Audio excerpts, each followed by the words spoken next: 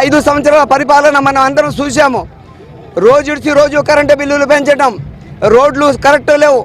అలాగే ఈ ఊర్లలో కూడా సంక్షేమ పథకాలు ఏమీ రాలేదు. ప్రజలకి అలాగా మేలు జరగలేదు.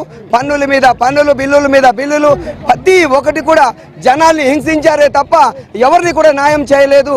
వాళ్ళు ఏదైతే పథకాలు ఇస్తామన్నారో అవి కూడా సగం ఇచ్చారు, సగం ఇవ్వకుండా మానేశారు. అంటే ఇదే చెప్పబోతున్నా. ఒక తల్లికి ఇద్దరు కొడుకులంట. చిన్న కొడుకు రోజు ఇంటి సామాన్లు అమ్మి ఆడు తెచ్చి బిర్యానీ తినిపిస్తున్నాడంట. పెద్ద కొడుకు కూలీనాలి చేసి కారం అన్నం పెడుతున్నాడంట. కొన్ని రోజుల తర్వాత ఇల్లు కూడా అమ్మేశాడు. తల్లి చెట్టు కింద వచ్చేసిందంట. ఇదేంట్రా అంటే, అమ్మా రోజు నీకు పెట్టే బిర్యానీ ఇవన్నీ అమ్మి పెట్టాను, ఇవాళ ఇల్లు కూడా అమ్మేశాను. అప్పుడు పెద్ద కొడుకే దిక్కైండు.